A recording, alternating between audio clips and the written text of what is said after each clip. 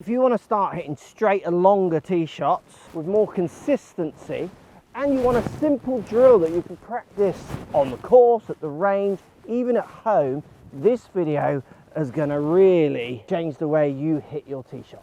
If you like the information in this video, hit the like button down there and subscribe to the channel if you want more free golf tips.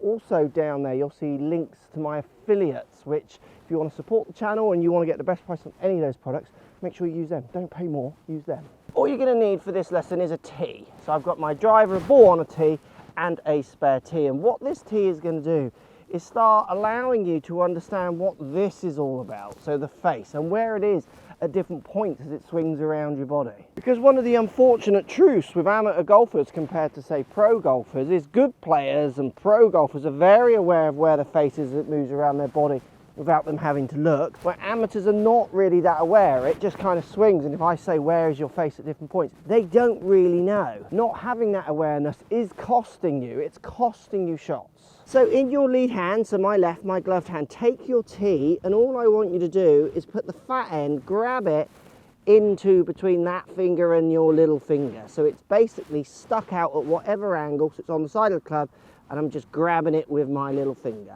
See how it's stuck out there? Now this is going to be a trigger to how your face is working in relationship to your hand position, your arm position, any part of your swing. These are transition lenses. I am not wearing sunnies in the winter. I kind of am, I guess. God, it's just so cool, aren't I? Now the reason this tee works so well is one, I can swing. It's not really affecting how I swing. Like I can just swing away. It's not like one of those teaching aids that you can't do and hit balls. So I can do it in practice swings and I can do it in shots. Now what you're going to do with this tee is reference its position to your lead arm. So at the moment I can see the tee poking out this side, so trail side of hand and lead arm. Now if I turn the face down to the ground here, it pokes more out this way.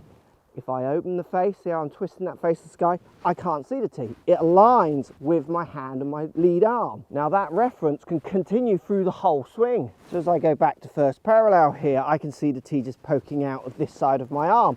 Now if I was to close that face more, so turn it more to the ground as I swing back, it's poking more out this side. I can see it more. So I see it more the more I close, the more I open the face, the more it disappears. And that's the same at any point halfway back. It's going to be the same ideas. So now what I can do, I can think, right, I want to hit my neutral shot. So what I'm going to do is try and make sure I can see a little bit of that tee. If I see a lot, face is going to be more closed. If I can't see any, face is going to be more open.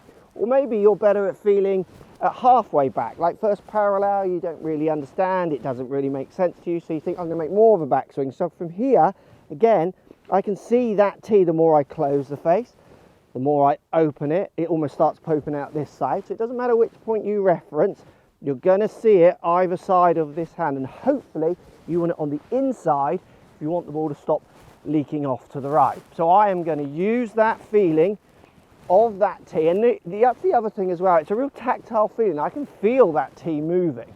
So me personally, I can feel the face moving. I don't need this tee. But giving golfers that feeling in their hand rather than having to feel or imagine where that face is, for some, just like really triggers. You know, you can see them thinking, yeah, that really makes sense. I can feel that tee moving. And if I just move that tee one way, I get a certain shot. And you can use this, like there's no benchmark of how much twist you need because we're all going to be slightly different. So let me show you how I would use this to hit different shots. So I'm going to practice hitting this one with more draw. So I'm really going to point this tee behind me loads more as I swing to try and get the feeling of that. And that's that club face really closing up as I move that tee right back here. So this would be my neutral, much more around here. And I know if I hit some shots using the tee that way,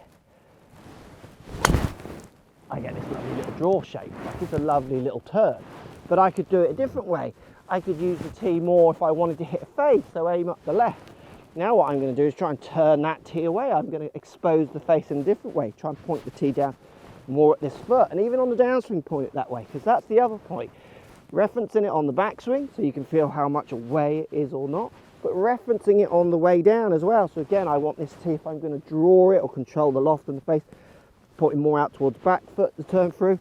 If I was going to fade it, I'd be trying to dig it into that foot a bit more. It's such a good way of feeling that club face in a way that will allow you to feel control of shape of shot. And guess what? The more you control the club face, so the more you use your wrist angles, in effect that T angle, the more you'll control club path, because they're just so linked up, they're so dialed in to each other. Now, if you want to find out how to hit your irons better in a ball and turf kind of fashion, this video is going to have all the information you need to push these ideas on, start ripping those irons a bit more too.